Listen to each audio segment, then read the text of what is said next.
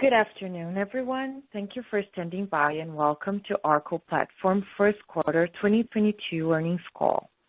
This event is being recorded and all participants will be in a listen-only mode during the company's presentation. After Arco remarks, there will be a question and answer session.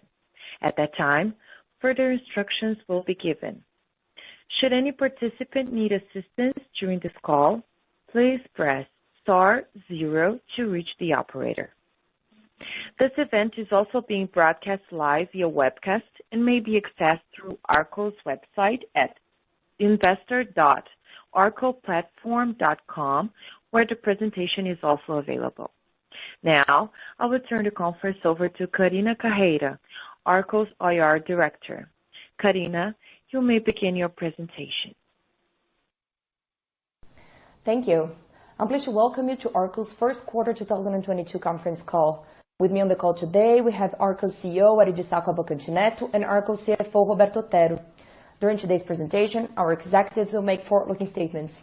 Forward-looking statements generally relate to future events or future financial or operating performance and involve known and unknown risks, uncertainties, and other factors that may cause our actual results to differ materially from those contemplated by these forward-looking statements. Forward-looking statements in this presentation include, but are not limited to, statements related to our business and financial performance, our expectations and guidance for future periods, our expectations regarding strategic product initiatives and their related benefits, and our expectations regarding the market. These risks include those set forth in the documents that we issued earlier today, as well as those more fully described in the filings with the Securities and Exchange Commission. The forward-looking statements in this presentation are based on the information available to us as of the day hereof. You should not rely on them as predictions of future events, and we disclaim any obligation to update any forward-looking statements except as required by law. In addition, management may reference non-IFRS financial measures on this call. The non-IFRS financial measures are not intended to be considered in isolation or as a substitute for results prepared in accordance with IFRS. We have provided a reconciliation of these non-IFRS financial measures to the most directly comparable IFRS financial measure in our press release. Please note that except from revenue, gross margin, selling expense, G&A, and cash flow from operations, all other financial measures we discuss here are non-IFRS, and growth rates are compared to the prior year comparable period unless otherwise stated. We also note that year-over-year comparisons are affected by acquisitions that were not included in our 2021 financials. Let me now turn the call over to Ari, Arco's CEO. Thank you, Karina, and thanks everyone for joining today's conference call. We hope that you and your families are all healthy and safe. I would like to start with the highlights for the quarter on slide 3. First, as mentioned in our fourth quarter results, the year started at a very strong pace, favored by the resumption of classes in the Brazilian private K-12 schools and the return of students who dropped out from school during the pandemic, creating a really positive momentum in the sector. This movement led to a significant number of additional orders placed in the first quarter. Second, as a result to this high level of late orders being placed in the first quarter, part of these orders were delivered in April, causing an unusual effect of revenues that are traditionally recognized in the first quarter, slipping to the second quarter. When analyzing figures cycle to date from October 2021 through April 2022, which will neutralize this effect, we show that the ACV recognition was 66%, the highest level at this stage over the past years, confirming our expectation of 100% conversion of our ACV into revenues this year.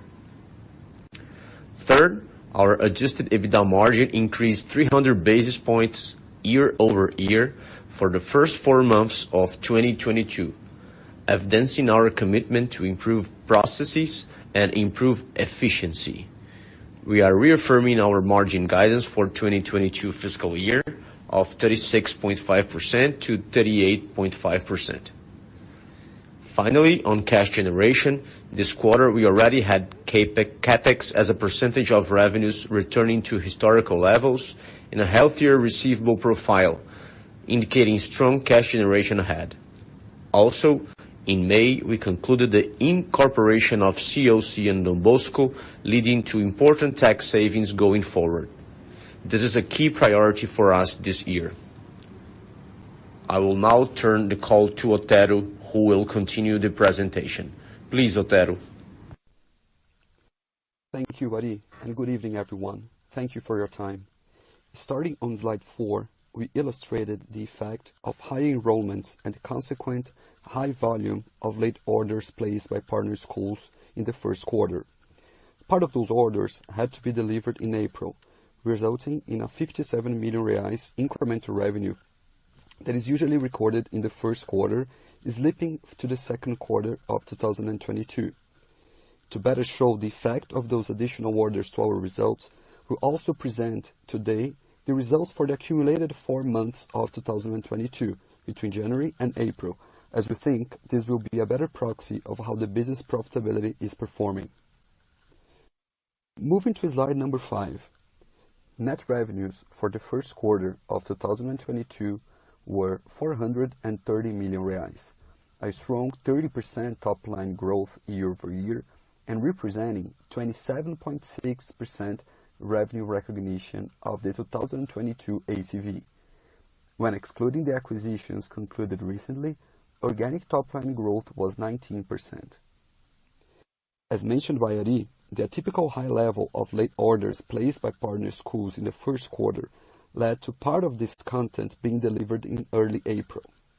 To neutralize this unusual seasonal effect, we are presenting top-line growth for the first 4 months of 2022, which increased by 47% year-over-year or 32% excluding the acquisitions. As a result, we have reached the highest ACV recognition cycle to date over the past several years of approximately 66%, which makes us confident of the 100% ACV recognition for the 2022 cycle. Moving to slide 6, selling expenses excluding M&As that were not consolidated last year grew in line with top line, as we strategically decided to anticipate some of our commercial initiatives to the first quarter, including higher investments in cross-selling to take advantage of the positive environment in schools across Brazil as students return to the classrooms. On the other hand, G&A expenses continue to show important improvement, growing below top line at 7% year-over-year and actually contracting 6% when excluding the acquisitions. On slide 7, we detail the gains obtained from the efficiency initiatives, with corporate personnel, third-party services and software, real estate and other expenses representing 10 million reais in savings this quarter. Moving to slide 8, adjusted EBITDA for the first quarter reached 146.6 million reais, 24% above the first quarter of 2021, leading to a margin of 34.1%, or 35.9% when excluding the acquisitions, flat year-over-year. Looking at the 4-month figures, adjusted EBITDA jumped 64% year-over-year with a margin expansion of 300 basis points, which we think is a better proxy of how the business profitability is reflecting the strong top-line growth expected for the year and internal efficiency initiatives. Adjusted net income contracted 43% year-over-year in the quarter, representing higher financial costs and higher depreciation and amortization, on top of continuous investments in product and the revamp of recently acquired businesses. On slide number 9, we summarize the year-over-year performance for the quarter for the accumulated 4 months of 2022 and cycle to date, showing the clear evolution of our product cycle profitability. Moving to cash generation drivers on slide 10, we present the Capex performance. In the first quarter, Capex was 47 million reais, roughly 11% of net revenues. When looking at figures for the accumulated 4 months of 2022, Capex went down to 10.1% of revenues, This reduction reflects a much higher level of integration across the business units, driving higher cooperation and lower redundancy in projects being executed. On the next slide, we detail the profile of our receivables, which increased as a result of the strong organic revenue growth, the incremental revenue from the acquired businesses, and extended payment terms to partner schools as aid offered during the COVID-19 pandemic years.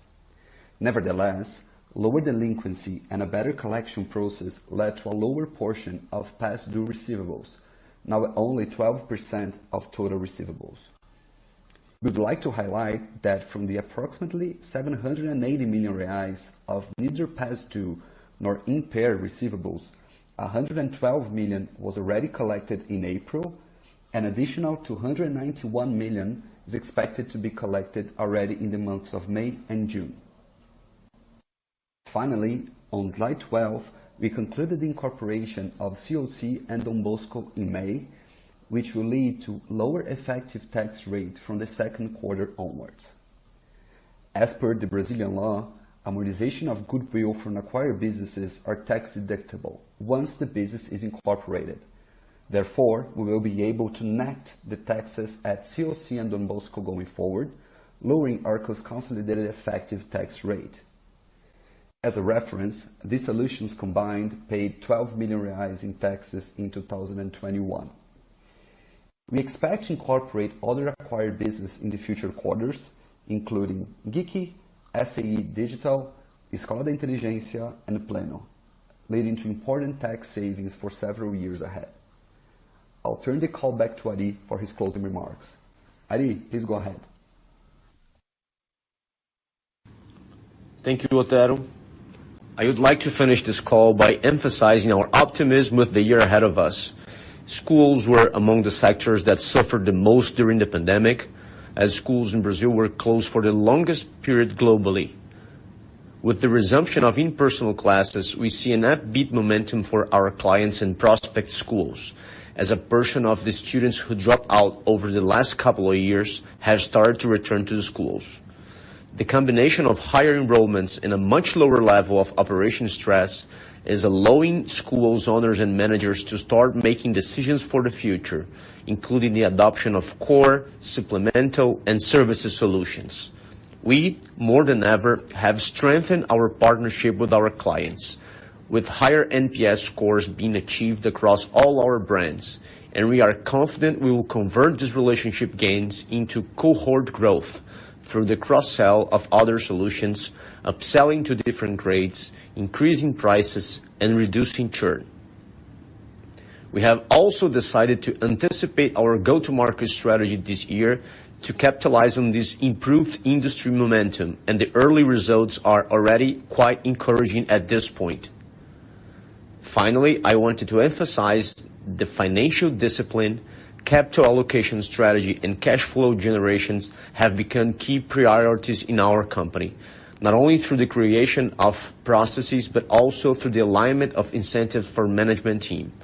Our main goal is to translate the strong top-line growth we expect for the years to come into earnings quality, cash flow generation, and value creation to equity shareholders. We thank you for your trust and support. Operator, we can now open for questions. Ladies and gentlemen, we will now begin the question and answer session. If you have a question, please press the star key followed by the 1 key on your touchtone phone now. If at any time you would like to remove yourself from the questioning queue, please press star 2. The first question comes from Luca Marquezini with Itaú BBA. Please proceed, sir. Good evening, everyone, and thanks for taking our questions. Our first question is regarding this higher volume of late orders and the partial recognition in April. Could you please comment on whether this appeared on the same magnitude across legacy brands and acquired brands, and also if this was more intense for core or supplemental solutions? And our second question is related to the back office and corporate reorganization. The company has announced expected savings of 40 million reais for 2022. Should this be the total savings, or should we expect additional efficiencies to be extracted in 2023? Thank you. Hi, Luca. It's Otero here. Thanks for the questions. So regarding the first one, I would say it was more concentrated in the core segment, okay? But it's split equally across all the brands. So we saw a very similar movement across all the core brands, okay? On the second one, regarding the savings, I would say it's more like a 2 to 3 year process. I would say in some areas we are capable of delivering most of the results in the first year, such as back office, for example, supply chain. But in other areas such as technology, it takes longer. Okay, so I would say that this guidance that we provided for this year is not limited for 2022 only. It's a longer process. Very clear, Otero. Thank you. No, thank you. The next question comes from Vitor Tomita with Goldman Sachs. Please proceed, sir. Thank you, and good evening all, and thanks for taking our questions. We have two questions from our side. The first one is also on the late enrollments. Given that enrollments have been higher than expected and that schools may have underestimated the number of dropout students that would return post the pandemic, do you see potential for revenue in the full cycle to actually surpass the ACV figure you announced? And our second question would be on leverage. If you could give us some more color on your strategy for extending upcoming debt maturities, considering the current capital markets environment. Thank you. Hi, Vitor. It's Otero here. Thanks for the questions. On the first one, I would say that given what we're seeing on the ground, as Ali mentioned during his opening remarks, the momentum for the schools is quite strong. Okay, so we see a decouple from the overall economic mood. I'll say schools are in general seeing an inflow of cash, not only following the return of those students who dropped out, but a very successful price increase to tuitions that was implemented after almost a couple of years without increasing prices. So I would say that the environment is quite encouraging. Okay. In terms of the enrollments, I would say that at this point we can guarantee 100% of the ACV recognition into revenues. Okay, but yeah, eventually there could be some upside to the figures. Okay. With regards to the leveraging and the rollover of the indebtedness, I would say that the leveraging in general is a key priority for us this year, and it's already happening. Okay, so we finished the quarter at 3.8 times net debt to EBITDA, and we expect to finish the year around 3 times. As we continue to expand the EBITDA and also cash generation accelerates from April onwards. Okay, so we're already seeing the receivables coming. We have collected a very significant portion of those in April and May so far. With regards to the debenture, we cannot, of course, provide any guidance at this point, okay, until the operation is closed. But we are working to extend the maturity of those debentures to more 3 to 5 years. Okay, so that's the expectation. Despite the equity markets is of course in a very bad momentum, but it's not the same for that market because of of course where interest rates are. So in general, there's more demand than supply for debt in the market in general. Okay, so we are seeing a good environment overall to move our indebtedness a little bit further in time. Okay. Very clear. Thank you very much. Thank you.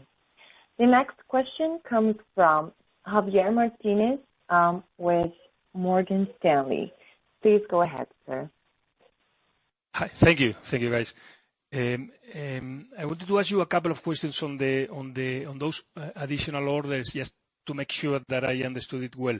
So are we talking about things that move from one month to the other, or additional orders? So is this just about the timing of things, or is about having more orders than originally expected? And if that's the case, is that including the guidance in the bookings guidance or not? No? And also, I don't know if I understood also correctly on the slide number 9.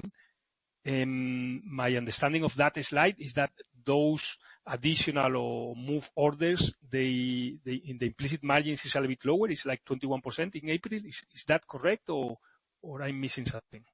Thank you. Hi, Javier. Otero here. Thanks for the questions.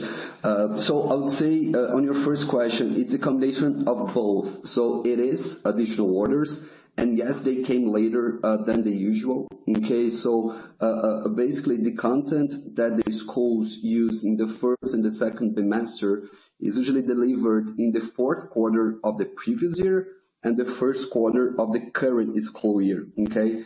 But the truth is, those schools saw the actual number of students higher than what they expected when the school year actually started. Okay, and then this demand came to us, and we need time to produce and deliver this content, as it was really widespread across all the brands and across Brazil as a consequence. Okay, so there is some supply chain complexity to deliver that. So that's why those additional orders actually is linked to the first weeks of April. Okay, part of that is already reflected in the ACV guidance. Okay, part of that is already reflected in the ACV guidance. With regards to the margin, I mean, if you see the seasonality of our margins, I mean, Q2 and Q3, usually you have lower margins. Okay, so it is typical. I mean, given the profile or the mix of brands with highest accumulation of revenues in those periods. Okay, so traditionally you would see margins lower in second quarter or in the 6 months versus the first 3 months. The thing is that when we compare the first 4 months versus first 4 months of last year, we see a very important margin increase. Okay, and I mean, we don't think we will surpass the EBITDA margin guidance. Okay, I mean, we're still committing to the EBITDA margin guidance that we provided by the end of last year, but we are very confident that we're going to be on track to deliver that guidance. Roberto, thank you very much. Now that I have you in line, so everything okay in terms of passing through the incremental cost of paper this year because of the incremental pricing power that you have, not the incremental scale that you have with the printing companies? Is everything under control? Sure, that's a great question, Javier. Yes, I would say that last year, one of the first areas that we integrated was supply chain. So we made pretty much a national bid with printing companies for all the brands, okay, all together, excluding COC and Don Bosco because of timing.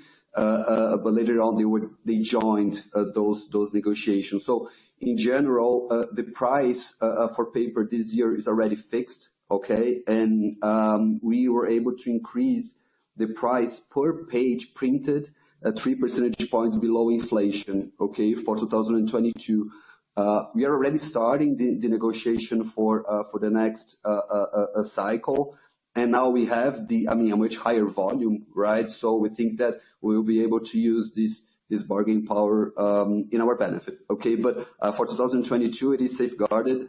We are running 3 percentage points below inflation on a comparable basis for the price per page printed. Very clear. Thank you very much. Thank you, Javier. Ladies and gentlemen, as a reminder, if you would like to pose a question, please press the star key followed by the 1 key on your touch-tone phone now.